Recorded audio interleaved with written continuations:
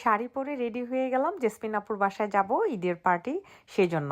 শাড়িতে আজকে ম্যাচিং আপাকে কেমন লাগছে বলেন তো? সবকিছু ম্যাচিং করে পরেছি, শাড়ি, হিজাব এবং ব্লাউজটি তো আমি নিজেই বানিয়েছি। আপনাদের প্রিভিয়াস ভিডিওতে দেখিয়েছি, যারা মিস করেছেন তারা প্রিভিয়াস ভিডিওতে দেখে নেবেন। এই ফ্লাওয়ারটা এত সুন্দর লাগছে যে বলার মতো না। সো এরকম একটি ফ্লাওয়ার দিয়ে দিয়েছি, আর এই যে ফুল হাতার ব্লাউজ হলে কিন্তু শাড়ি দেখতে বেশি সুন্দর লাগে। শাড়ির সাথে ম্যাচ করে হিজাব, ইনার ক্যাপ এবং মাস্ক পরে নিয়েছি, আর গহনাটা পরেছি শাড়ির পাড়ের সাথে ম্যাচ করে ম্যাজেন্টা কালার। আর এই যে ব্যাগটাও কিন্তু ম্যাচিং হয়ে গেছে শাড়ির সাথে। তো ব্যাগটা খুব ছোট, আমার কাছে ছোট সাইজের ব্যাগ নিতে খুব ভালো লাগে, কারণ ক্যারি করতে সুবিধা। আর যেহেতু ব্যাগে খুব বেশি কিছু থাকে না, আমার বাড়ির চাবি আর ফোন আর কয়েকটি ডলার থাকে, এই আর কি। আর এই তো আঁচলটা এভাবে ছেড়ে নিয়েছি, কারণ আমরা সবাই আজকে এইভাবেই শাড়ি পরবো, আমি, জেসমিন আপু, তুন্নি আপু এবং ইশরাত আপু। আর এই শাড়িটি গিফট করেছেন ইশরাত আপু। তো আপুর সাথে এই ফার্স্ট টাইম দেখা হবে জেসমিন আপুর বাসায়।